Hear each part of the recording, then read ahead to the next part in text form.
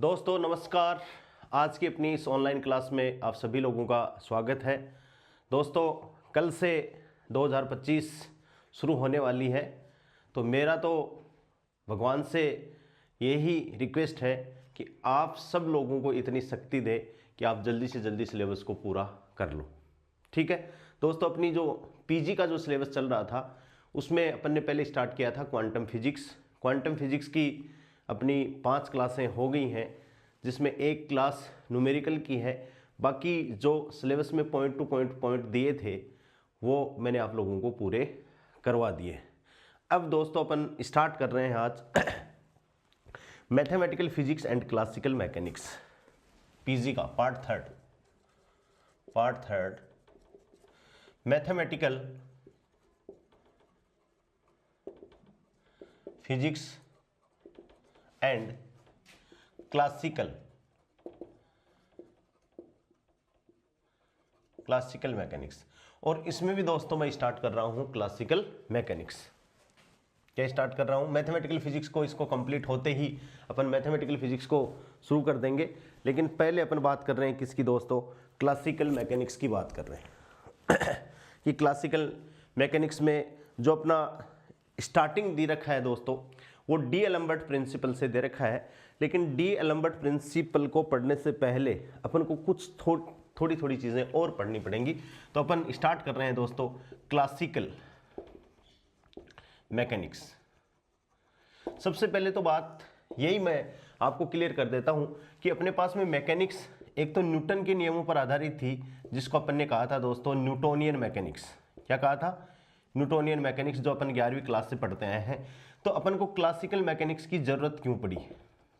Classical mechanics की जरूरत अपन को पड़ी, वो इसलिए पड़ी कि न्यूटोनियन मैकेनिक्स में जो फिजिकल क्वांटिटीज हैं जिनके साथ में अपन डील करते हैं दोस्तों, वो सारी की सारी क्या है?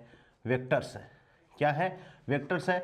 और वेक्टर क्वांटिटियों की जब संख्या ज़्यादा हो जाती है तो उनके साथ में डील करना, वेक्टर क्वांटिटियों के साथ में डील करना क्या हो जाता है? कॉम्प्लेक्स हो जाता है। क्या हो जाता है? कॉम्प्लेक्स हो जाता है। तो क्लासिकल मैकेनिक्स में लोगों ने ये सजेशन किया कि जो फिजिकल क्वांटिटीज हैं दोस्तों वो क्या बन जाती हैं? स्केलर बन जाती हैं। और स्केलर का यूज करना वेक्टर के कंपैरिजन में क्या है? ज़्यादा इजी है। यानी चीज़ें क्या हो गई? अपने लिए आसान हो गई चीज़ें क्या हो गई? अपने लिए आसान हो गई। इसलिए अपन क्या पढ़ते हैं? क्लासिकल मैकेनिक्स को पढ़ रहे हैं। ठीक है कि क्लासिकल मैकेनिक्स में जब भी अपन फिजिकल क्वांटिटियों के साथ में डील करेंगे वो ऑल आर क्या होंगी? स्केलर होंगी। स्केलर होंगी तो स्केलर क्वांटिटियों के साथ में आपको किसी प्रकार के जोड़ने के, घटाने के कोई नियम आपको नहीं लगाने पड़ेंगे। यानी अपने लिए चीजें क्या हो जाएंगी दोस्तों? आसान हो जाएंगी। अब सबसे पहले क्लासिकल मैकेनिक्स की स्टार्ट मैं ब्रीफली थोड़ा आपको एक्सप्लेन कर देता हूं कि सबसे पहले जो क्लासिकल मैकेनिक्स की स्टार्ट होती है दोस्तों वो कॉन्स्टेंट्स। एमएससी प्रीवियस में है कॉन्स्टेंट। कॉन्स्टेंट का मतलब होता है बाउंडेशंस। क्या होता है? बाउंडेशंस, या किसी प्रकार की कोई कंडीशन अपन लगा दें तो कॉन्स्टेंट है क्या? यदि कोई पार्टिकल मोशन कर रहा है तो उस पर अपन ने कोई बाउंडेशन लगा दी कि भाई तेरी मोशन एक्स डायरेक्शन में होगी। कहने का मतलब अपन ने क्या कर दिया? उस पर बाउंडेशन लगा दी कि पार्टिकल की मोशन है वो एक्स डायरेक्शन में होगी या वाई डायरेक्शन में होगी, या अपन कह सकते हैं किसी प्लेन में होगी। तो कॉन्स्टेंट क्या है? छोटी सी मैं एक सिंपल सी डेफिनेशन लिख रहा हूं, रेस्ट्रिक्शन ऑन मोशन। ये क्या है? कांस्टेंट। ठीक है दोस्तों, अब कांस्टेंट है तो रेस्ट्रिक्शन ऑफ मोशन यानी मोशन पे क्या लगा दी अपन ने? कंडीशंस लगा दी, बाउंडेशंस लगा दी। जैसे अब अपन बात करते हैं टाइप ऑफ कांस्टेंट। ये शॉर्ट में ही मैं आपको एक्सप्लेन कर रहा हूं। टाइप ऑफ कांस्टेंट पार्ट्स नहीं है, टाइप्स ऑफ कांस्टेंट। क्लासिफिकेशन नहीं किया कांस्टेंट का। टाइप ऑफ कांस्टेंट में दोस्तों 2 प्रकार के टाइप ऑफ कांस्टेंट हैं। एक तो जियोमेट्रिकल कांस्टेंट, ठीक है, और जियोमेट्रिकल, और दूसरा क्या है दोस्तों? Kinematical constant. एक तो जियोमेट्रिकल कांस्टेंट और दूसरा क्या है दोस्तों? Kinematical constant. ठीक है, जियोमेट्रिकल कांस्टेंट भी आप डिफाइन करोगे तो अपन कहेंगे विच इन्वॉल्व पोजीशन ओनली। कि यदि कोई कांस्टेंट अपने पास में आ गया तो उसमें केवल और केवल क्या होगी, पोजीशन होगी, वेलोसिटी होगी नहीं उसमें। केवल और केवल जो पार्टिकल की जो मोशन डिपेंड्स करेगी वो दोस्तों किस पे डिपेंड करेगी, केवल और पोजीशन पे डिपेंड करेगी। कैसे, जैसे इसमें अपन बात करें ज्योमेट्रिकल कांस्टेंट की बात कर रहे हैं अपन, जैसे अपन बात करें कि एग्जांपल, पहला एग्जांपल, ये ज्योमेट्रिकल कांस्टेंट की बात चल रही है दोस्तों कि अपने पास में क्या है, कोई पेंडुलम है, ठीक है, और ये मतलब अपनी साम्य अवस्था से इधर इसने क्या कर दी, कोई मोशन कर दी, ठीक है। ये ओ बिंदु है, ये पेंडुलम है m मास का, और इसकी यहां से जो लेंथ है दोस्तों वो कितनी है, l है। तो इक्वेशन इसके लिए अपन क्या लिखें, इक्वेशन ऑफ कांस्टेंट, बाउंडेशन क्या होगी, इक्वेशन ऑफ कांस्टेंट OP, ओ ये P बिंदु, तो OP बराबर क्या होगी दोस्तों, L, यानी इस पे क्या लग गई, एक बाउंडेशन लग गई। तो इसमें जो अपन ने इक्वेशन लिखी है OP is depends only on position of the Bob, यानी L डिस्टेंस पे डिपेंड कर रहा है। ऐसे ही दूसरा एग्जांपल लिखें अपन कि ये कोई सर्कल है और सर्कल पे क्या हो रहा है, मणिया, बीड, मोती जिसे अपन बोल रहे हैं, वो मूव कर रहा है, और वो यहां से ओरिजिन से इसकी दूरी कितनी है दोस्तों, r, और ये बिंदु क्या है, P। ये मतलब इसके ऊपर परिधि पर ही घूम रहा है, परिधि को छोड़ नहीं रहा है। तो अपन क्या कह सकते हैं, OP इक्वल्स टू क्या होगा दोस्तों, R। इक्वेशन ऑफ, इसको अपन बोलेंगे इक्वेशन ऑफ कांस्टेंट, क्या बोलेंगे, इक्वेशन ऑफ कांस्टेंट या इक्वेशन ऑफ बाउंडेशंस। तो ये जो कांस्टेंट है विच इन ऑल पोजीशन ओनली, कि इसमें जो जिस ऑब्जेक्ट पे आपने बाउंडेशन लगाई है वो boundation is depends only on position of the particle, ठीक है। दूसरा अपन ने किया है काइनेमेटिकल कांस्टेंट, इसका मतलब यह which involve position and velocity also, which involve position and velocity also, which involve position and velocity also.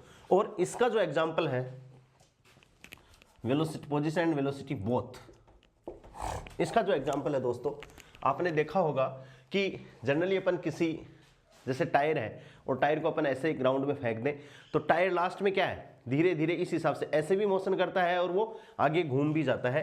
तो अपन एग्जांपल मैं दे रहा हूँ, इसको मैं मिटा देता हूँ, ये ज्योमेट्रिकल कांस्टेंट का जो एग्जांपल है इनको मैं मिटा रहा हूँ। काइनेमेटिकल कांस्टेंट का एग्जांपल क्या है दोस्तों,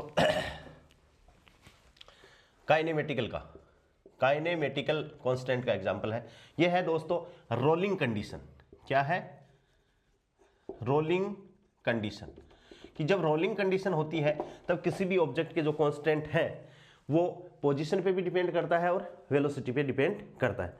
दैट इज, आपने देखा होगा, दैट इज जैसे साइकिल का टायर घूम रहा है और साइकिल के टायर के आप अंगुली लगा लो तो that is point of contact will be same. ऐसे घूम रहा है टायर और आपने ऐसे कर दिया तो पॉइंट ऑफ कॉन्टेक्ट क्या है, एक पॉइंट ही है। तो अपन क्या कह सकते हैं, that is point of contact, that is point of contact during, point of contact during rolling motion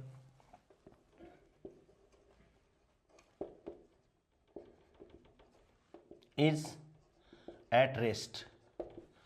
क्या है, is at rest, is a kinematical, is a kinematical, आपने नहीं पढ़ा होगा ये kinematical constant, because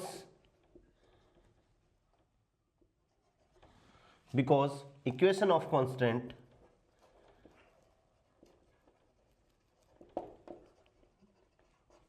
during perfect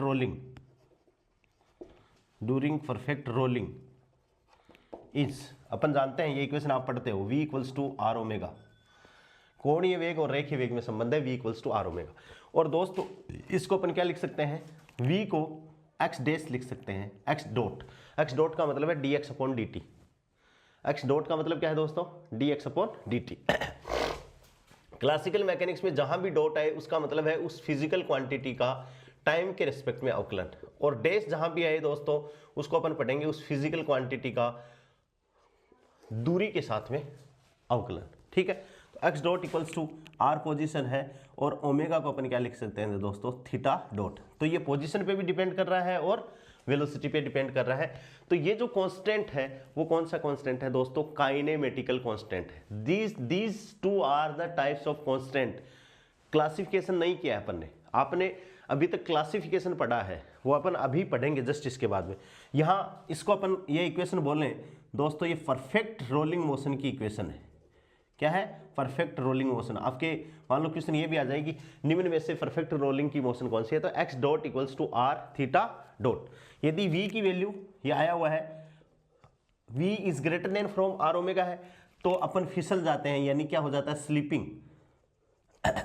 ठीक है, और v is less than r omega और कोई ऑब्जेक्ट चल रहा है, तो उसको दोस्तों अपन क्या कहते हैं, स्केटिंग। क्या कहते हैं, स्केटिंग। ये बात आपको ध्यान में रखनी है। और इसके एग्जाम्पल क्या क्या होंगे, काइनेमेटिकल कांस्टेंट के एग्जाम्पल क्या क्या हो जाएंगे दोस्तों, rolling motion of ring,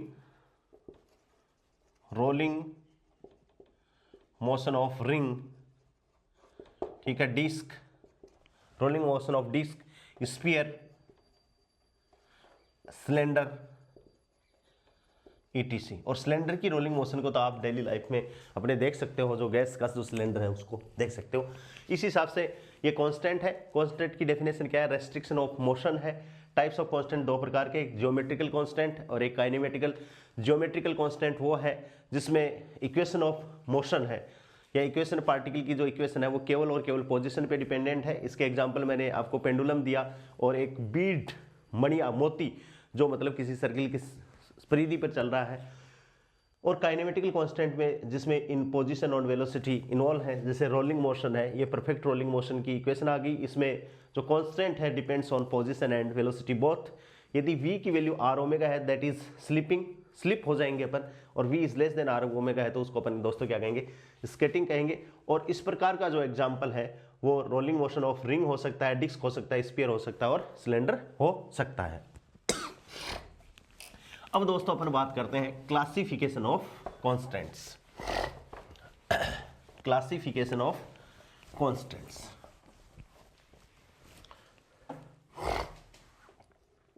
classification of constants. Classification of constant. और क्लासिफिकेशन ऑफ कांस्टेंट में चार प्रकार के कांस्टेंट हैं।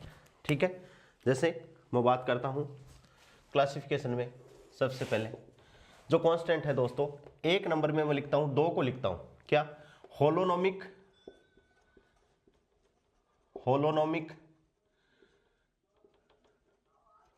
होलोनोमिक कांस्टेंट, या होलोनोमिक एंड नॉन होलोनोमिक, साथ में लिख देता हूं, holonomic and non holonomic constant. ठीक है दोस्तों, ये तो दो हो गए, होलोनोमिक कांस्टेंट हो गया, नॉन होलोनोमिक कांस्टेंट हो गया।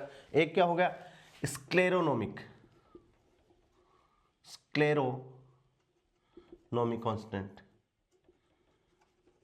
और चौथा दोस्तों कितना हो गया, रेहोनोमिक।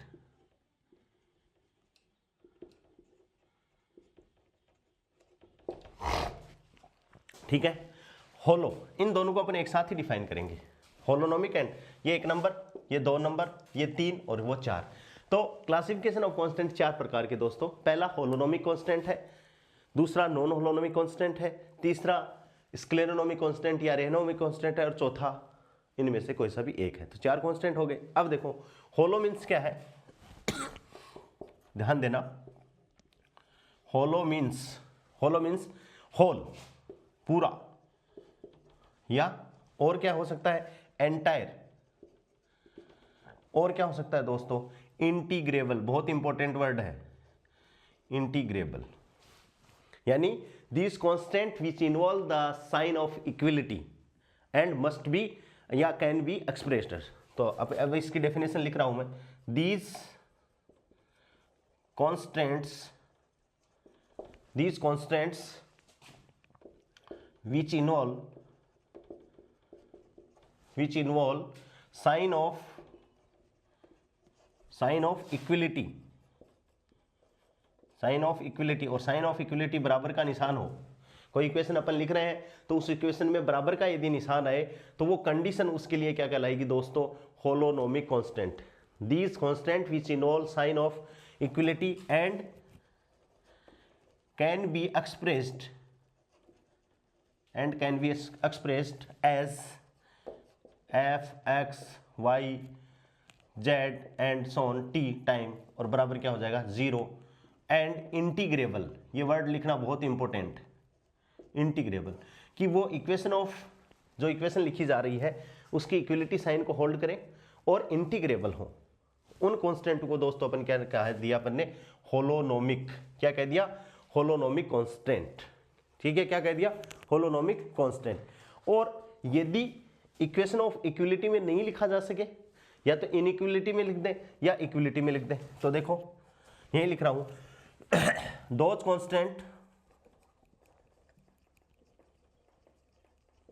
Constant which involve sign of inequality.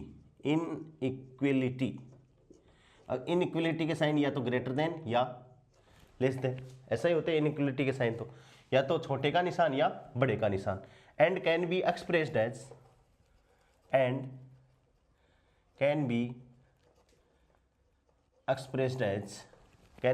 As का मतलब या तो F X Y Z dot dot dot T is greater than 0 या F X Y Z T less than 0, कि इस हिसाब से मतलब इनको यदि रिप्रेजेंट किया जाए तो एंड नॉट इंटीग्रेबल, जिनको इंटीग्रेट नहीं किया जा सकता, उस कंडीशन को क्या नहीं किया जा सकता, नॉट इंटीग्रेबल नहीं किया जा सकता, उनको अपन क्या कहेंगे, ये होलोनोमिक, और ये दोस्तों क्या है, नॉन होलोनोमिक कांस्टेंट।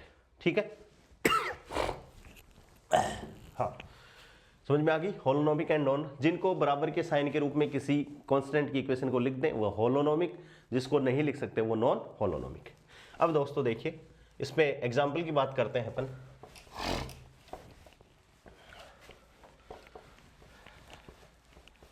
ठीक, एग्जाम्पल की बात अपन करें तो सबसे पहले अपन बात कर लें एग्जाम्पल होलोनोमिक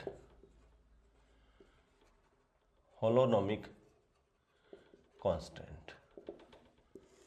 ठीक है, और इधर अपन बात करेंगे नॉन होलोनोमिक।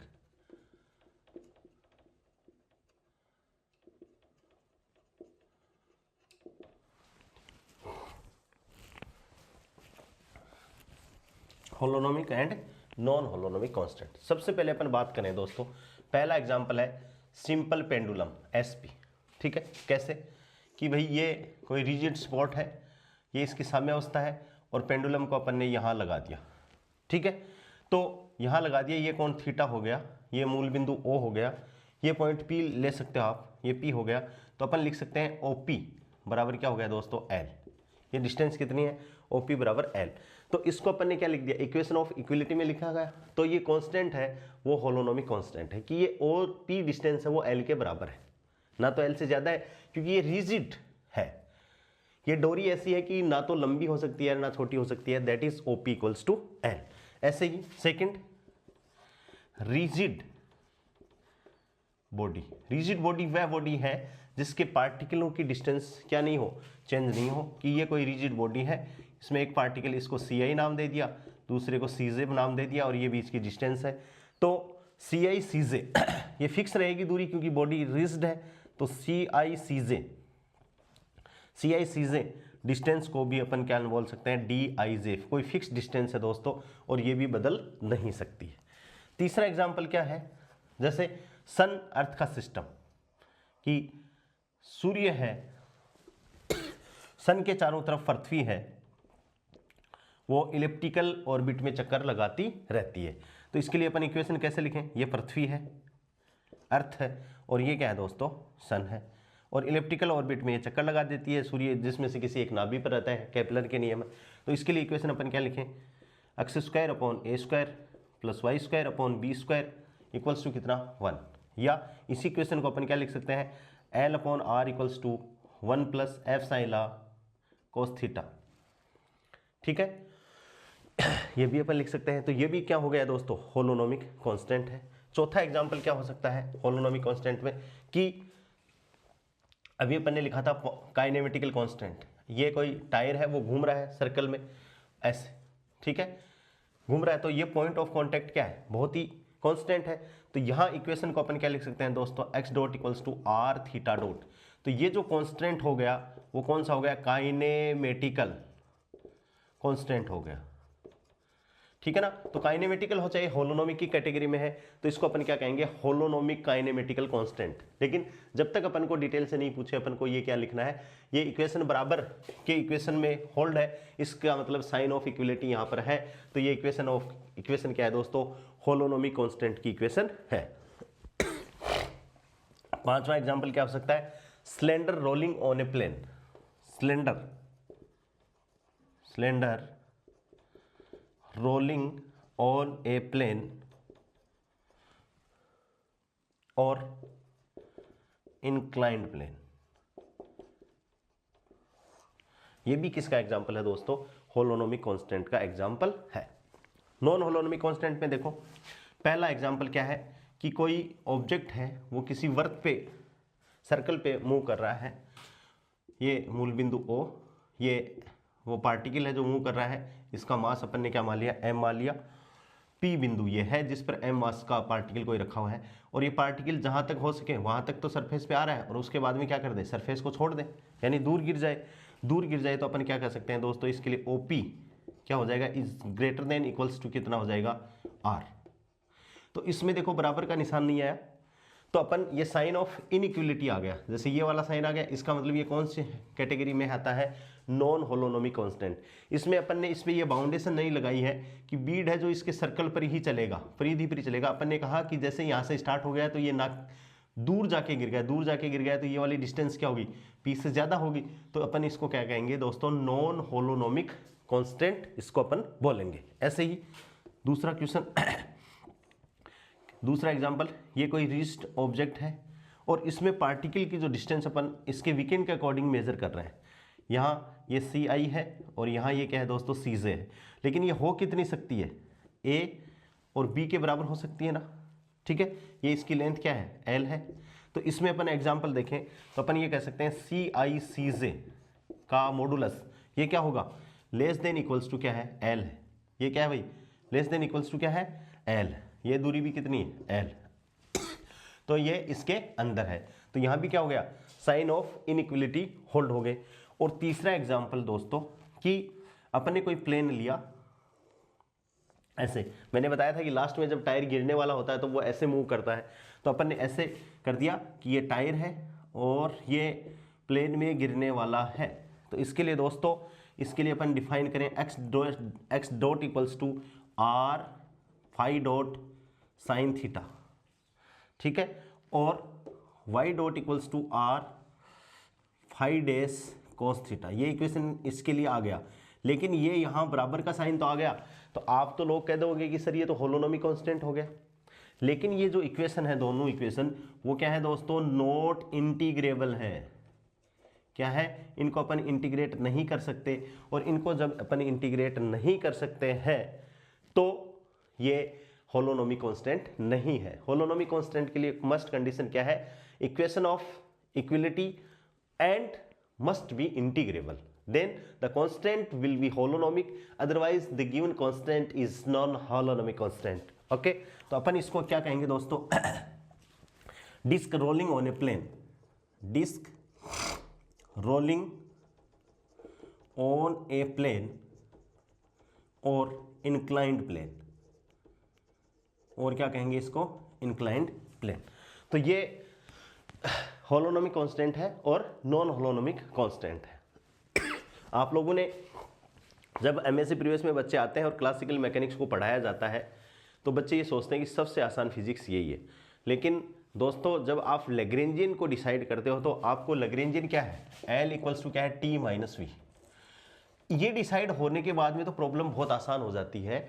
लेकिन जो प्रॉब्लम आपको दे रखी है उसका डायग्राम बनाकर उसके लिए काइनेटिक एनर्जी और पोटेंशियल एनर्जी डिसाइड करना अपने लिए क्या है, कॉम्प्लिकेटेड है। इसलिए क्लासिकल मैकेनिक्स एग्जाम के पॉइंट ऑफ व्यू से देखें, न्यूमेरिकल के पॉइंट ऑफ व्यू से देखें, ऑब्जेक्टिव टाइप ऑफ क्वेश्चन के हिसाब से देखें, तो मेरे हिसाब से सबसे हार्ड फिजिक्स क्लासिकल मैकेनिक्स ही है। क्योंकि लैग्रेंजियन आने के बाद में तो आप हैमिल्टोनियन भी निकाल दोगे, लेकिन प्रॉब्लम के लिए लैग्रेंजियन लिखना ही कॉम्प्लिकेशंस। ठीक है, तो इसमें मैं आपको इजीली ये भी बताऊंगा कि अपन किसी प्रॉब्लम का लैग्रेंजियन लिखें तो उसके लिए क्या तरीका अडॉप्ट करें। अपन ने एमएससी प्रीवियस में तो क्या कर लिया, अपन ने रट लिए कि this is kinetic energy, this is potential energy, L equals to T minus V, और लैग्रेंजियन इक्वेशन ऑफ मोशन लगा दो और वहां से क्या निकाल लो, इक्वेशन ऑफ मोशन लगा दो। लेकिन ये लिखे कैसे, इसको अपन डिस्कस करेंगे। अब ये दो कांस्टेंट हो गए। अब दोस्तों कौन कौन से बचे, स्क्लेरोनोमिक और रेहोनोमिक।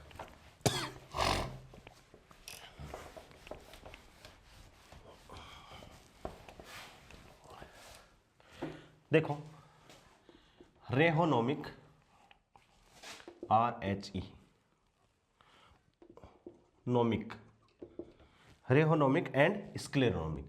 तो रेहोनोमिक का मतलब दोस्तों क्या है, रनिंग लॉ।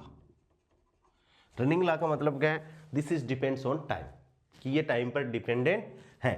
जबकि स्क्लेरोनोमिक के नाम से क्या हो रहा है, आपको ऐसा लग रहा है कि ये टाइम पे डिपेंडेंट नहीं है, तो अपन क्या कहेंगे, रिजिड लॉ। यहां रनिंग का मतलब टाइम से है, रिजिड का मतलब भी टाइम से है। इसका मतलब क्या हो गया,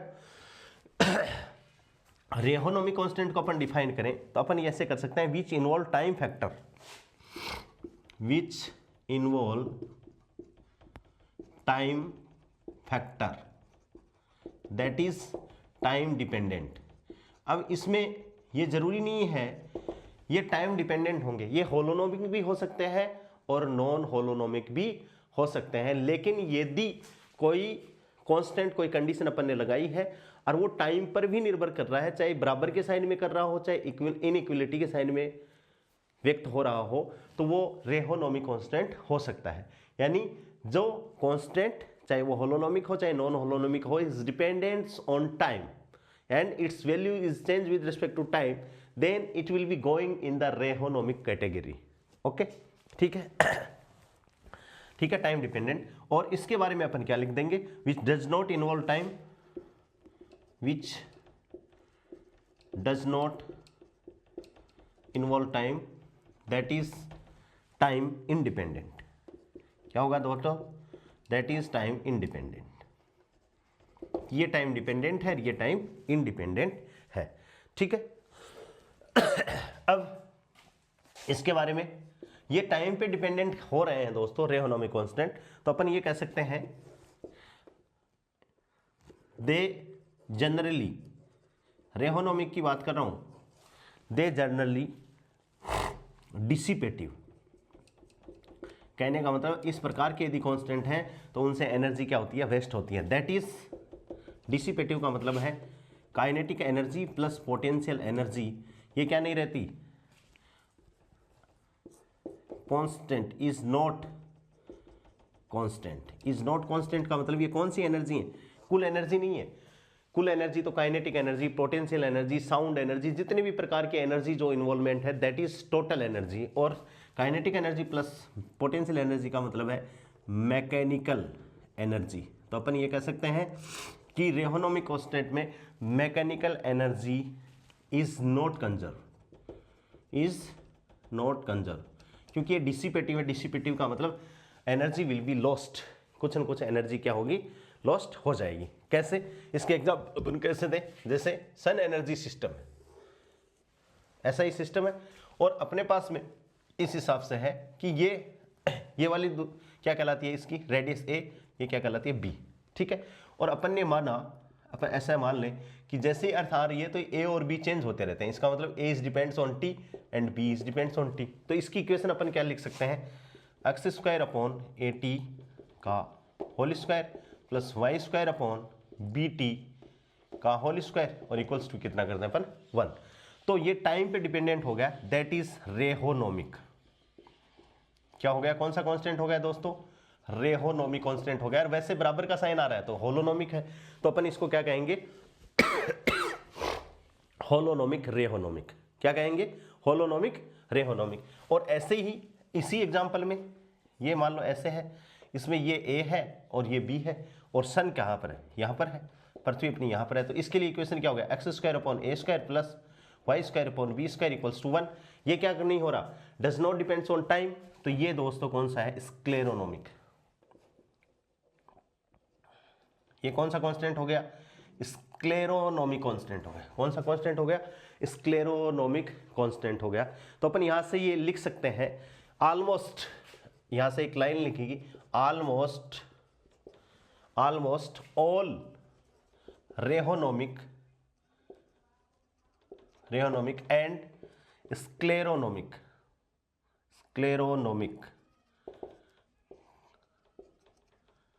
कांस्टेंट्स आर होलोनोमिक। कि जो भी ये कांस्टेंट है रेहोनोमिक एंड स्क्लेरोनोमिक कांस्टेंट, वो किस कैटेगरी में जा रहे हैं दोस्तों, होलोनोमिक कांस्टेंट की कैटेगरी में ये जा रहे हैं। ठीक है, ये डिसिपेटिव है और ये टाइम पे डिपेंड ही नहीं करता। तो स्क्लेरोनोमिक कांस्टेंट के लिए एक बात और है, they are conservative in nature.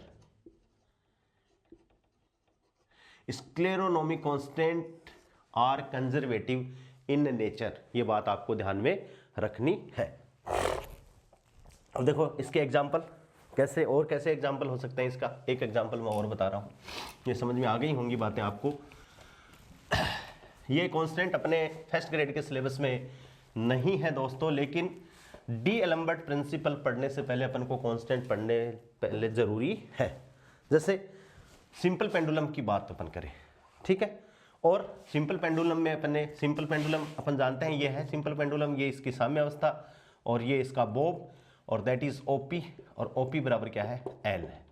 ठीक है, अब दोस्तों अपन ने क्या कर दिया, this string will be replaced by a rubber. कैसे, तो अपन ये लिख सकते हैं, if we replace simple pendulum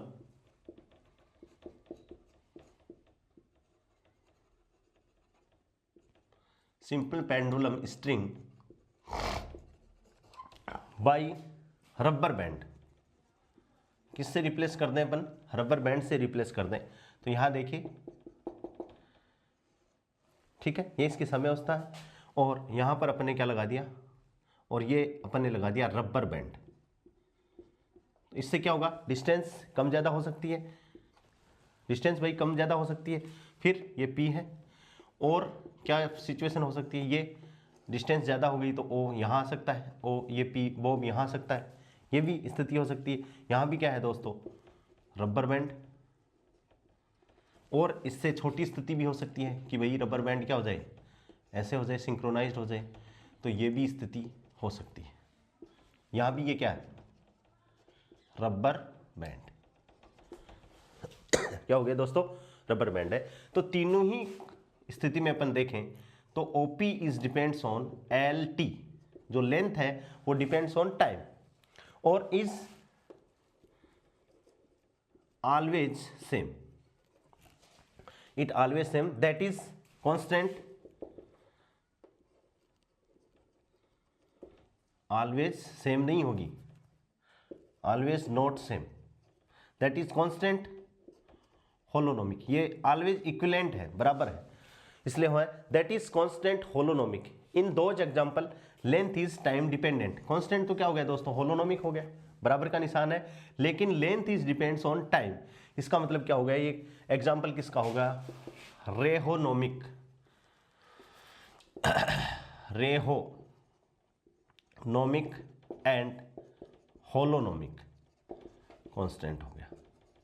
किसका एग्जांपल हो गया, रेहोनोमिक एंड स्क्लेरोनोमिक कांस्टेंट का एग्जांपल दोस्तों हो गया। और स्क्लेरोनोमिक कांस्टेंट होते हैं वो ऑलवेज इन क्या होते हैं, नेचर होते हैं। ऐसे ही एक एग्जांपल और, कि जैसे मान लो ये अपने पास में कोई अर्थ है, और अर्थ में यदि पार्टिकल की अपन ने मान लिया कि ये कोई आर पार है, और यहाँ किसी पार्टिकल की मोशन हो रही है, तो ये जो मोशन होगी वो सिंपल हार्मोनिक होगी, और वो क्या होगी, y equals to a sin omega t।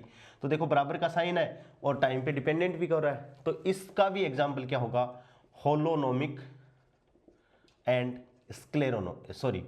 Holonomic and रेहोनोमिक constant होगा।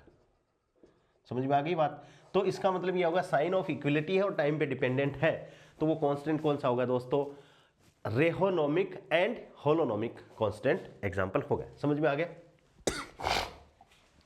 अब दोस्तों देखियो कि जो अपन कांस्टेंट की बात कर रहे हैं तो किसी ऑब्जेक्ट पे फोर्स ऑफ कांस्टेंट किस हिसाब से हो सकते हैं। तो फोर्स ऑफ कांस्टेंट की जो अपन ने कांस्टेंट अप्लाई किए हैं वो फोर्स कैसे कैसे हो सकते हैं। जैसे पहला मैं बात करूं कि ये अपने पास में कोई सर्कल है और इस सर्कल पे कोई ऑब्जेक्ट पड़ा है, ठीक है। अब इस ऑब्जेक्ट पे अपन बात करें तो इसका वेट नीचे की तरफ mg और ये इस पे नॉर्मल सतह के लंबवत प्रतिक्रिया बल दैट इज अभिलंबवत forces that is normal forces and denoted by n। तो ये जो इसको बैलेंस करने के लिए एक जो फोर्स है इसको अपन क्या कहेंगे, फोर्स ऑफ कांस्टेंट। ऐसे ही जैसे ये इस सतह पे पड़ा है, ठीक है, और ये mg इसका वेट है और इस पे लग रहा है n, तो ये n जो है ये क्या कहलाएगा, force of constant.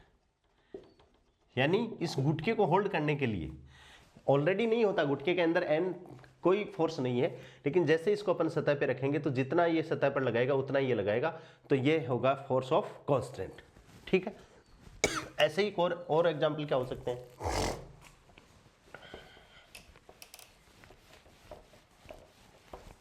Force of constant और क्या कैसे एग्जांपल हो सकते हैं कि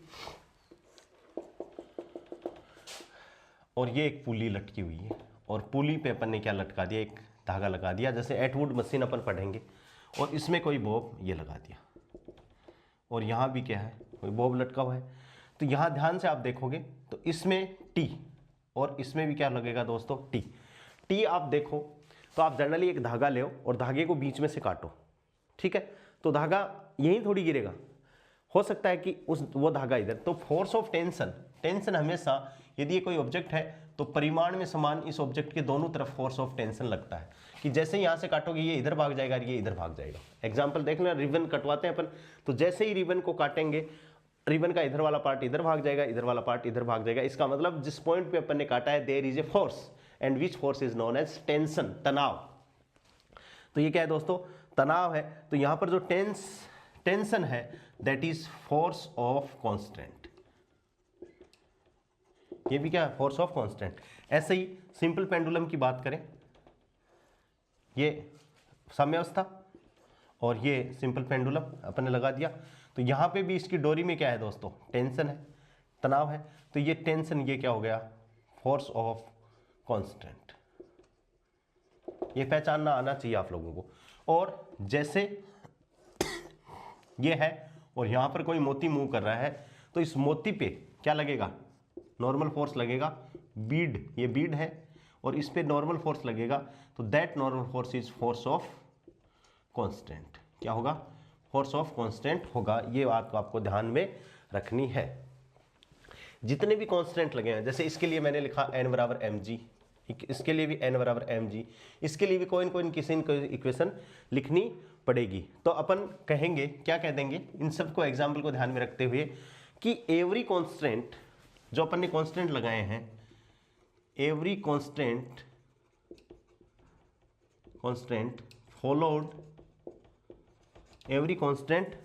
followed by a force known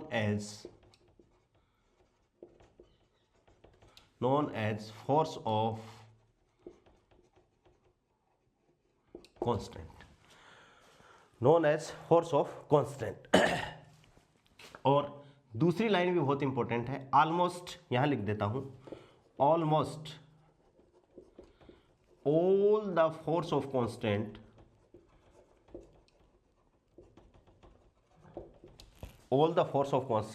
are tensional, या तो टेंशन फोर्स के रूप में है तो टेंशनल टाइप और नॉर्मल टाइप। हमेशा याद रखना ये बात इंपॉर्टेंट। कि जितने भी फोर्स ऑफ कांस्टेंट को फॉलो कर रहे हैं दोस्तों, या तो किसी रूल के थ्रू फॉलो है, every constant followed by a force known as force of constant, and almost all the force of constant R tensional type, या तो टेंशन है, ये रहा टेंशन, या क्या है दोस्तों नॉर्मल। ये जितने भी फोर्सेस हैं वो किसी रूल के थ्रू फॉलो हो रहे हैं, जिसको अपन क्या कहते हैं, फोर्स ऑफ कांस्टेंट अपन कहते हैं। ठीक है, इसको समझ में आ गया होगा। अब दोस्तों अपन बात करते हैं कि जनरलाइज्ड कोऑर्डिनेट, आपको पता है कि क्लासिकल मैकेनिक्स जब भी आप पढ़ते हो तो जनरलाइज्ड कोऑर्डिनेट पढ़ना बहुत जरूरी है। ठीक है, और जनरलाइज्ड कोऑर्डिनेट कैसे पढ़ेंगे, जब अपन को डिग्री ऑफ फ्रीडम पता होगी तब अपन जनरलाइज्ड कोऑर्डिनेट पढ़ेंगे। तो सबसे पहले अपन बात करते हैं DOF। DOF का मतलब है डिग्री ऑफ फ्रीडम। ठीक है, डिग्री ऑफ फ्रीडम क्या है कि वे कम से कम निर्देशांक जिनके द्वारा अपन किसी कण की गति के बारे में सारी इंफॉर्मेशन निकाल सकते हैं, यानी the minimum number of coordinate which is required to explain the motion of a particle या motion of a whole system is known as degree of freedom.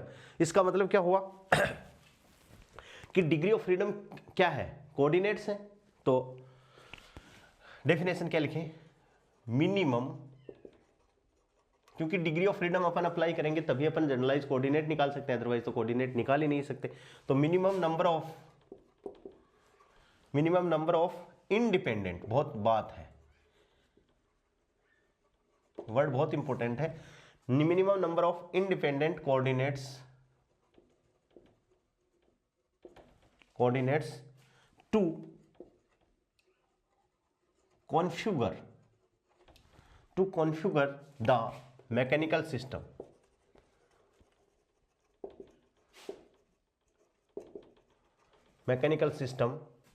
is known as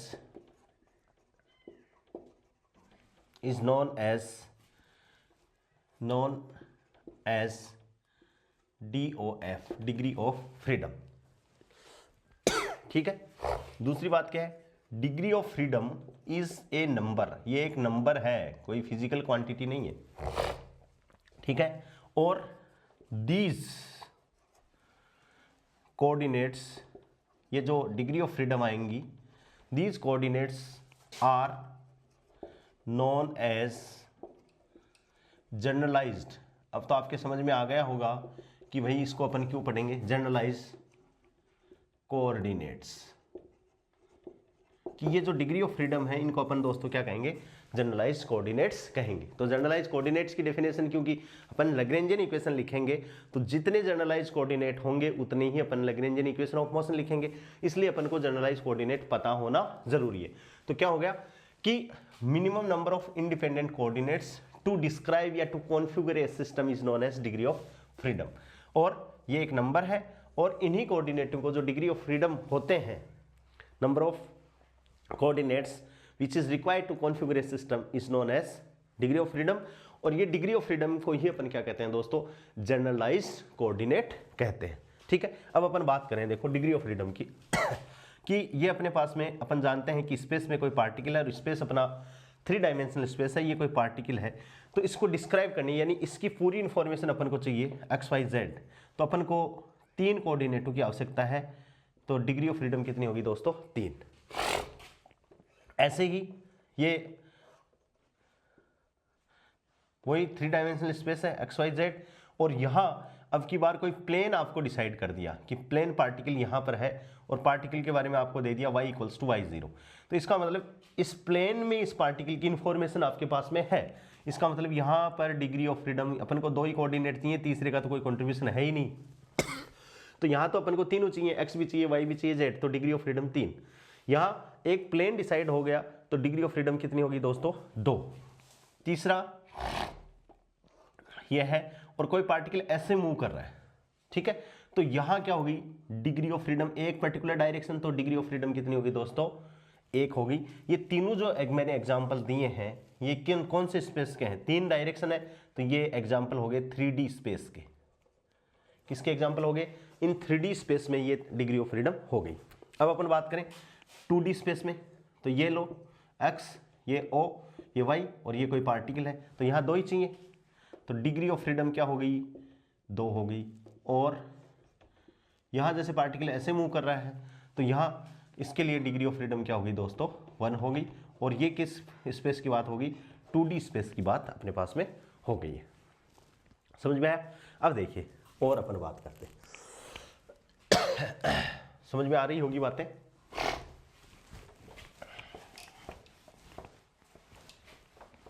हाँ। अब दोस्तों देखो, जनरली जो सिंपल पेंडुलम, ये उसमें काम में भी आएगा, अपन लैग्रेंजियन लिखेंगे सिंपल पेंडुलम के लिए। ये रिजिड सपोर्ट, ठीक है दोस्तों, ध्यान से, ये इसकी साम्यावस्था है और कोई पेंडुलम ऐसे मूव कर रहा है और अपन को क्या चाहिए, ये चाहिए, ठीक है। और ये कोण क्या है, अपने पास में थीटा है, मूल बिंदु। तो इसके लिए यदि अपन को ये थीटा पता होगा, भाई एक्स वाई जेड से अपन मतलब ही नहीं है, अपन को एक ऐसा कोऑर्डिनेट चाहिए जो अपन को ये बता सके कि कण इस समय में इतने कोण पर है। तो इन्फॉर्मेशन अपन अपने आप कण पर पहुंच जाएंगे। तो यहां केवल और केवल एक थीटा ही अपने लिए सफिशिएंट है। तो इसके लिए दोस्तों डिग्री ऑफ फ्रीडम कितनी होगी, 1।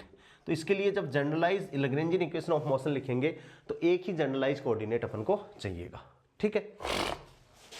ऐसे अपन लिखें, ये स्प्रिंग और ये स्प्रिंग इससे लगा हुआ है, एम मास के गुटके से लगा हुआ है, ठीक है। तो अपन को केवल और केवल यहां भी क्या चाहिए, अपन ये बता सकते हैं कि ओ से इतनी दूरी पर है, तो यहां से डिग्री ऑफ फ्रीडम यहां भी क्या चाहिए, 1 हो गया। लेकिन दोस्तों यही एग्जाम्पल को अपन सिंपल पेंडुलम को रिप्लेस कर दें, किससे, किसी स्प्रिंग से ऐसे रिप्लेस कर दिया और ये अपन ने बॉब लगा दिया। अब अपन को क्या चाहिए भाई, स्प्रिंग लगा दिया तो ये बॉब नीचे भी जा सकता है, ऊपर भी जा सकता है, ठीक है। तो एक तो ये थीटा अपन को चाहिए और एक इसकी वास्तव में पोजीशन क्या है, तो अपन को कितने कोऑर्डिनेट चाहिए, 2 चाहिए। तो इसके लिए डिग्री ऑफ फ्रीडम कितनी होगी, 2।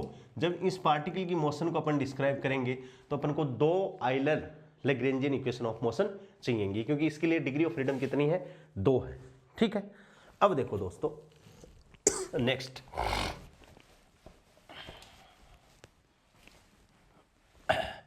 डबल पेंडुलम, ये भी इंपॉर्टेंट है। डबल पेंडुलम का एग्जाम क्वेश्चन आता है एग्जाम में। ये एक पेंडुलम, ठीक है, और इसके पास में ये दूसरा पेंडुलम अपन ने लगा दिया, डबल पेंडुलम इसको बोलते हैं। इसकी डिस्टेंस L है, इसकी डिस्टेंस भी L है। तो एक तो सबसे पहले तो अपन को क्या चाहिए भाई, ये वाला थीटा चाहिए, तो दैट इज θ1। और इसके साथ में इस θ1 का इस थीटा से कोई रिलेशन नहीं है, तो अपन को क्या चाहिए, दूसरा θ2 भी चाहिए। तो इसके लिए डिग्री ऑफ फ्रीडम कितनी होगी दोस्तों, 2 हो गई। इसको अपन क्लासिकल में इसको अपन कहेंगे डबल पेंडुलम। क्या कहेंगे, डबल पेंडुलम। इसका लैग्रेंजियन बहुत बार पूछा हुआ है, काइनेटिक एनर्जी बहुत बार पूछी हुई है, पोटेंशियल एनर्जी बहुत बार पूछी हुई है, ठीक है। तीसरे एक बात और कर रहे हैं अपन, ध्यान से देखना कि अब देखो ये 3 डायमेंशनल स्पेस है और कोई ऑब्जेक्ट है, 2 ऑब्जेक्ट हैं, वो किसी डिस्टेंस के थ्रू बंधे हुए हैं।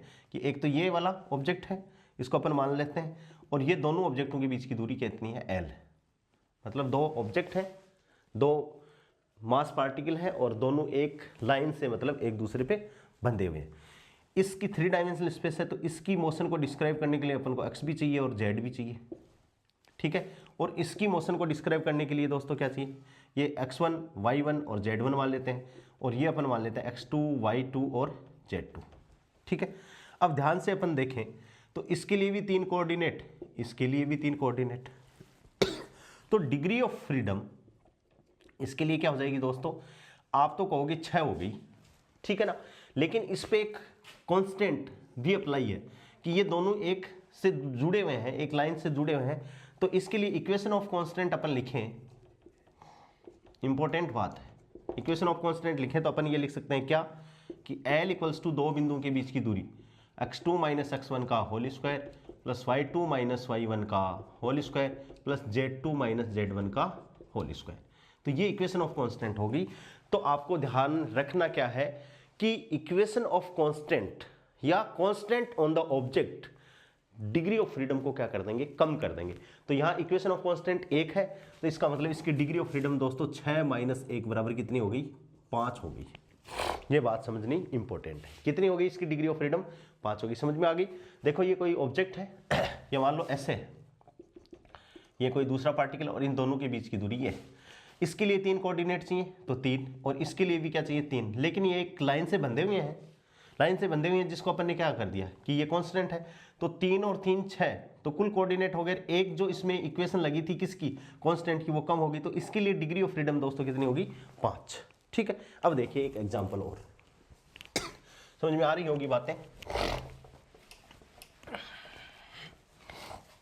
अब देखो ये 3 डायमेंशनल स्पेस, ठीक है, और यहां पर 3 पार्टिकल है, एक तो ये, एक ये और ये थे, और ये देखो, ठीक है, तीनों जुड़े हैं। इसको बोल सकते हैं L1, ये L2 और ये L3, X, O, Y और Z। यहां भी 3 कोऑर्डिनेट चाहिए, ये 1 2 3, तो इसके लिए कोऑर्डिनेट कितने हो गए दोस्तों, X1 Y1 Z1। इसके लिए क्या हो गए X2 Y2 Z2। इसके लिए क्या हो गए X3 Y3 और Z3। ठीक है, अब इसके लिए इक्वेशन ऑफ कांस्टेंट लिखूं, इक्वेशन ऑफ कांस्टेंट, तो देखो सबसे पहले L1 बराबर अंडर द रूट क्या हो जाएगा, X2 माइनस X1 का whole square plus Y2 minus Y1 का whole square plus Z2 minus Z1 का होल स्क्वायर, और ये क्या है, दैट इज L1। ऐसे ही L2 लिखूं, तो L2 देखो किस में है, 2 और 3 में है, तो X3 माइनस X2 का whole square plus Y3 minus Y2 का whole square plus Z3 minus Z2 का होल स्क्वायर। L3 क्या लिखें, 1 और उसमें है, तो X3 माइनस X1 का होल स्क्वायर, L3 1 और 3 के बीच में है का whole square plus Y3 minus Y1 का whole square plus Z3 minus Z1 का होल स्क्वायर। तो कोऑर्डिनेट कितने हो गए दोस्तों इसके लिए, 3 3 6 3 9, तो कुल कोऑर्डिनेट तो कितने हो गए 9। तो आपके अकॉर्डिंग तो डिग्री ऑफ फ्रीडम कितनी होनी चाहिए 9, लेकिन इसमें 3 लाइनें कंडीशंस लगा दी अपन ने, जो क्या करेंगे, ये 3 कंडीशन है, यानी ये 3 कांस्टेंट अप्लाई हो गए, तो इस पे क्या होगी 3 कांस्टेंट, तो इसकी डिग्री ऑफ फ्रीडम कितनी हुई 6 होगी, क्या होगी। ठीक है, अब अपन बात करें, चूंकि 3 पार्टिकल है, एक पार्टिकल को 3 कोऑर्डिनेट चाहिए, तो नंबर ऑफ कोऑर्डिनेट कितने हो गए दोस्तों 9 हो गए, और इस पे 3 अपन ने क्या लगा दी, कांस्टेंट इक्वेशन लगा दी। तो कांस्टेंट इक्वेशन क्या कर देंगी, डिग्री ऑफ फ्रीडम को कम कर देंगी, 9 माइनस 3 बराबर क्या हो जाएगा 6। तो अपन ये लिख सकते हैं क्या कि constants on A system which decrease the degree of freedom, जो क्या कर देते हैं डिग्री ऑफ फ्रीडम को कम कर देते हैं। अब ये तो 3 डायमेंशन की बात होगी, 2 डायमेंशन की बात और कर ले अपन। देखो दोस्तों,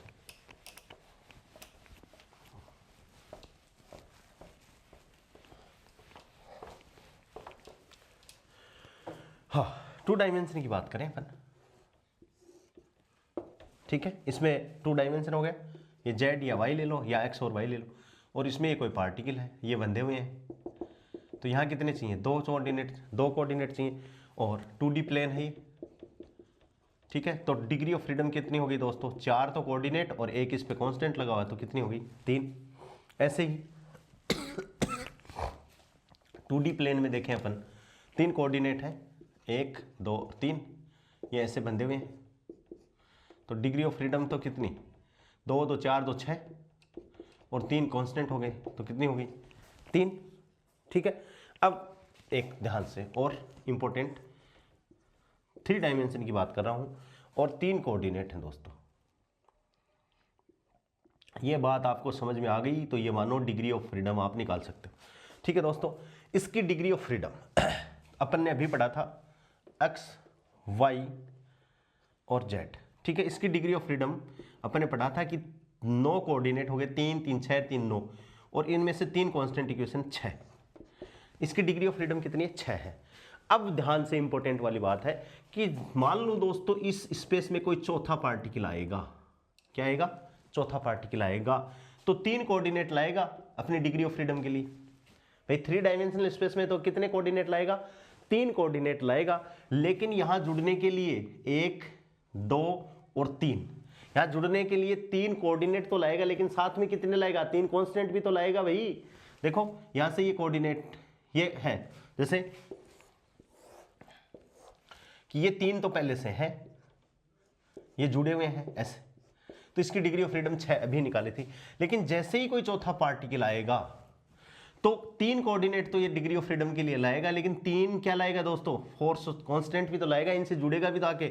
इसका मतलब 3 कोऑर्डिनेट लाया और 3 ही कांस्टेंट लाया, तो इसका कंट्रीब्यूशन डिग्री ऑफ फ्रीडम में कितने हो गए दोस्तों, 0।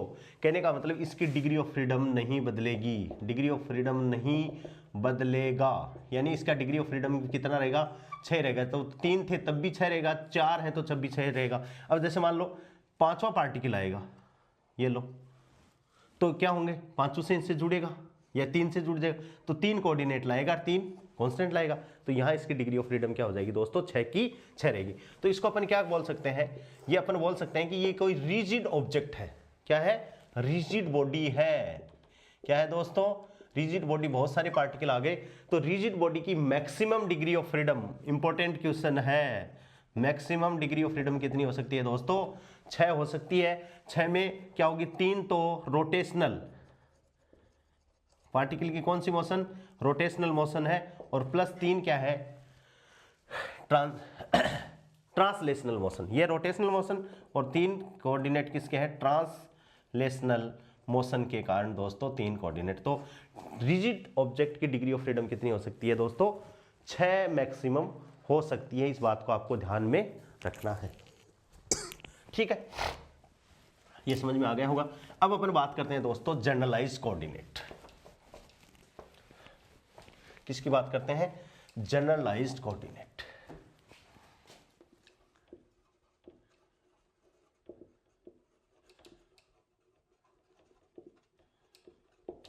जनरलाइज्ड कोऑर्डिनेट क्लासिकल मैकेनिक्स में, और इसमें वही डेफिनेशन लिख रहा हूं, द मिनिमम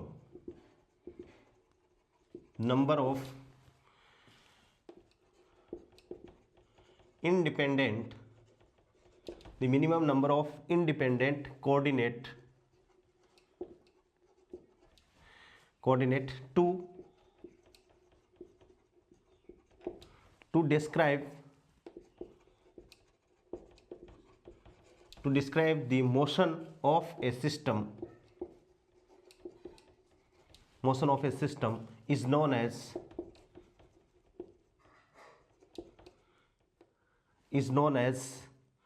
generalized कोऑर्डिनेट।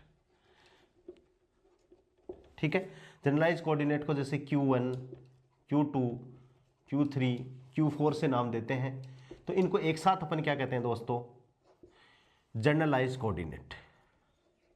क्या कहते हैं, जनरलाइज्ड कोऑर्डिनेट। ठीक है, अब generalised coordinate Q1, Q2, Q3 से इसको रिप्रेजेंट करते हैं। अब जैसे मान लो कार्टेशियन कोऑर्डिनेट सिस्टम की अपन बात करें दोस्तों, या कोई से भी सिस्टम की बात करें, तो चाहे सिस्टम कार्टेशियन कोऑर्डिनेट हो, चाहे सिलेंड्रिकल सिस्टम हो, जैसे कार्टेशियन कोऑर्डिनेट सिस्टम में XYZ, सिलेंड्रिक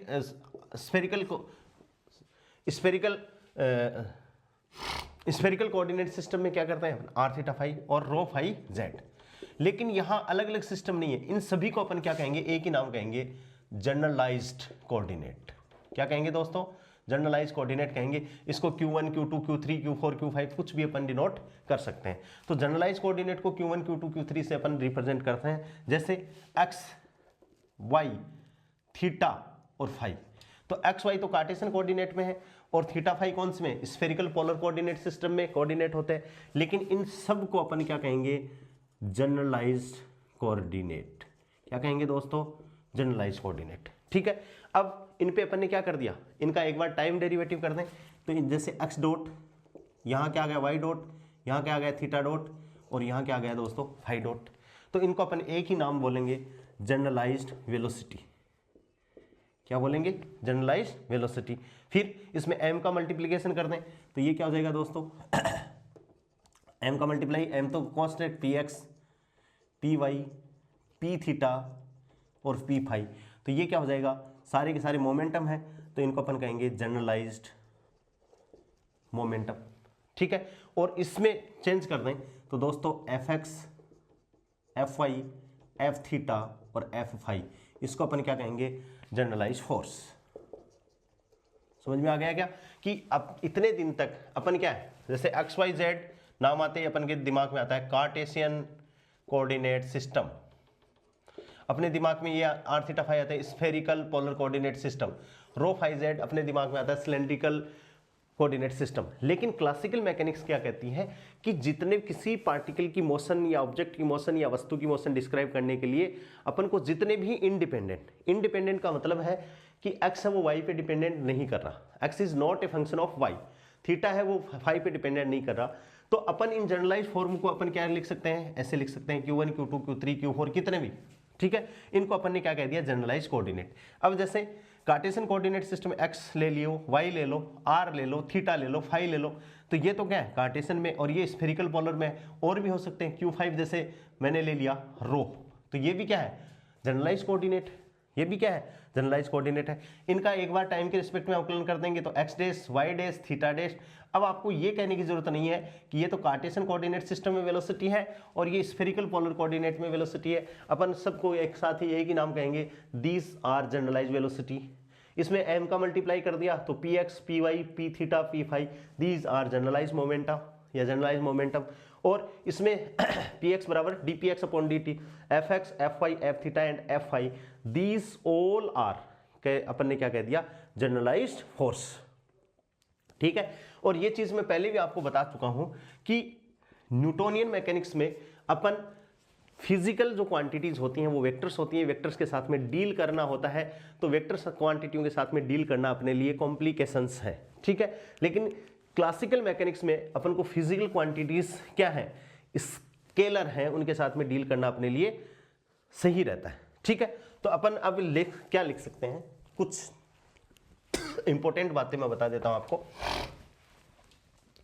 ठीक है। एक तो क्लासिकल मैकेनिक्स में वो बात होगी कि क्लासिकल मैकेनिक्स अपने लिए आसान क्यों है मैकेनिक्स, क्योंकि वी डील विथ स्केलर, कि अपन स्केलर क्वांटिटीज के साथ में डील करते हैं। वेक्टर क्वांटिटियों के साथ में डील करना या उनको ऐड करना, सब्ट्रैक्ट करना थोड़ा सा कॉम्प्लेक्स हो जाता है, वहां रूल फॉलो करने पड़ते हैं और यहां अपन को रूल फॉलो नहीं करने पड़ते, इसलिए अपने लिए आसान है। दूसरी बात क्या है, क्लासिकल मैकेनिक्स में अभी आपने पढ़ा है, चाहे कोऑर्डिनेट एक्स वाई हो, कार्टेशियन कोऑर्डिनेट सिस्टम में हो यानी लीनियर डिस्प्लेसमेंट हो, या कोऑर्डिनेट क्या हो थीटा और फाई हो यानी पोलर कोऑर्डिनेट हो, ठीक है, या एंगुलर, ये क्या है लीनियर डिस्प्लेसमेंट।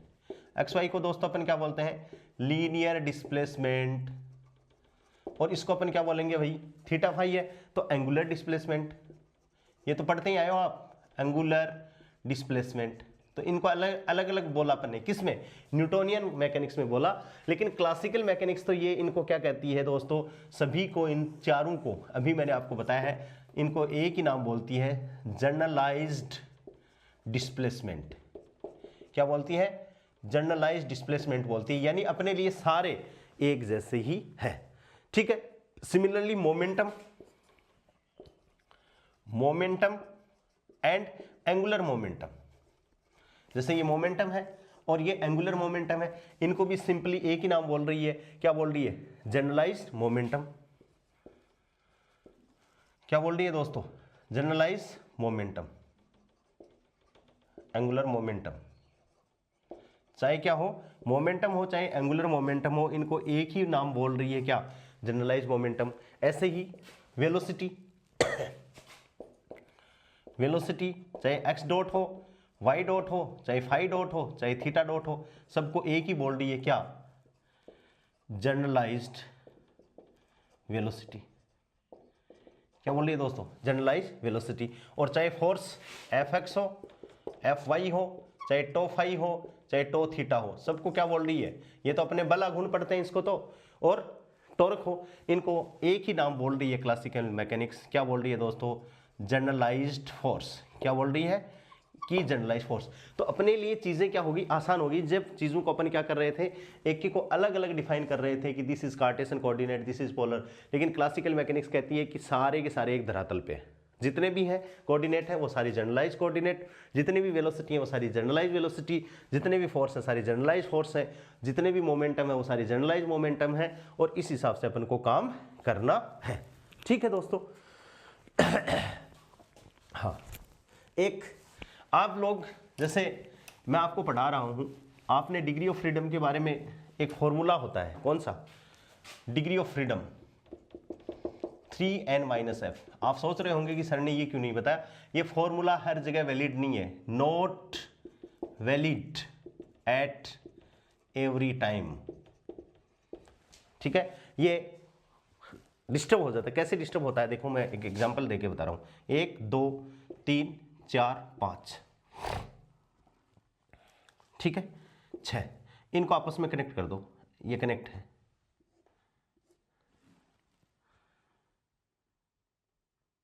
ठीक है, एक ये लो,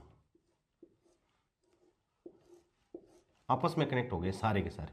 तो इनके कनेक्ट होने के तरीके कितने होंगे, 7c2 कॉम्यूटेशन कि 2 पार्टिकल एक से हैं, 7 पार्टिकल टोटल हैं। तो इसकी डिग्री ऑफ फ्रीडम कितनी होगी दोस्तों, डिग्री ऑफ फ्रीडम 3n-f। ठीक है, तो पार्टिकल 7 है तो 3 गुणा 7 -7c2 ऐसे कनेक्टेड है। और जैसे ही अपन इसको सोल्व करते हैं तो 21 माइनस ये कितना आता है, फैक्टोरियल 7 बटे फैक्टोरियल 5 फैक्टोरियल 2। और जैसे इसको सोल्व करते हैं तो 21 माइनस 21 बराबर 0, यानी इसकी तो डिग्री ऑफ फ्रीडम कुछ है ही नहीं। जबकि डिग्री ऑफ फ्रीडम तो चाहे रिजिड बॉडी हो तब भी इसकी कितनी होती है, 6 होती है। तो ये फॉर्मूला फेल हो गया। ठीक है, if degree of freedom 0 then it means that the body is at rest.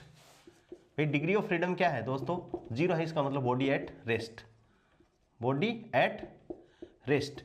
जबकि अपन ने अभी रिजिड बॉडी की डायमेंशन भी कितने ली थी, 6 ली थी।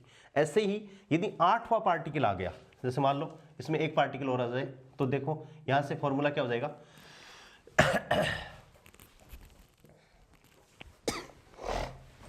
इससे डिग्री ऑफ फ्रीडम कुछ हद तक तो आ जाती हैं, लेकिन हर टाइम में ये सही दे दे इस बात की पुष्टि ये नहीं कर रहा है।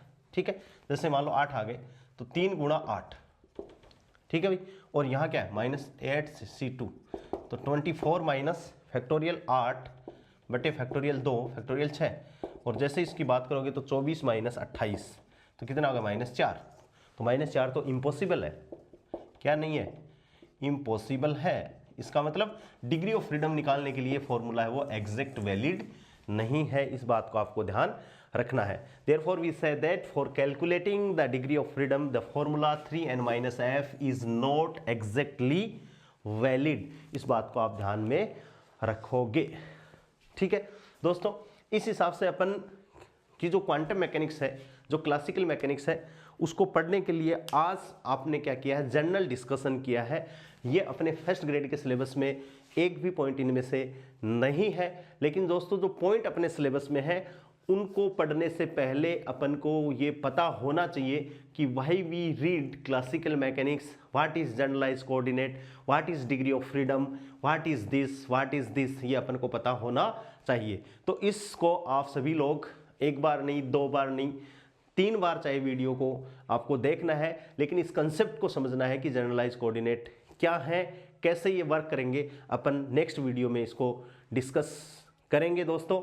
और पीजी का सिलेबस मैं पूरा आप लोगों को करवाऊंगा, आपको टेंशन लेने की ज़रूरत नहीं है। वैसे कोशिश मैं करूंगा पूरा सिलेबस ही मैं करवाऊं, लेकिन पीजी का तो मैं 100% आप लोगों को पूरा करवाऊंगा। आप लोगों से मेरी यही रिक्वेस्ट है कि ये वीडियो ज़्यादा से ज़्यादा लोगों के साथ में शेयर कीजिए, ताकि पढ़ाने वाले का भी जोश बना रहे।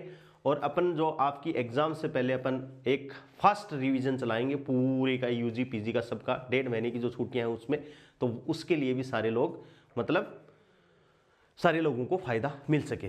तो आज के लिए इतना ही, धन्यवाद, थैंक्स।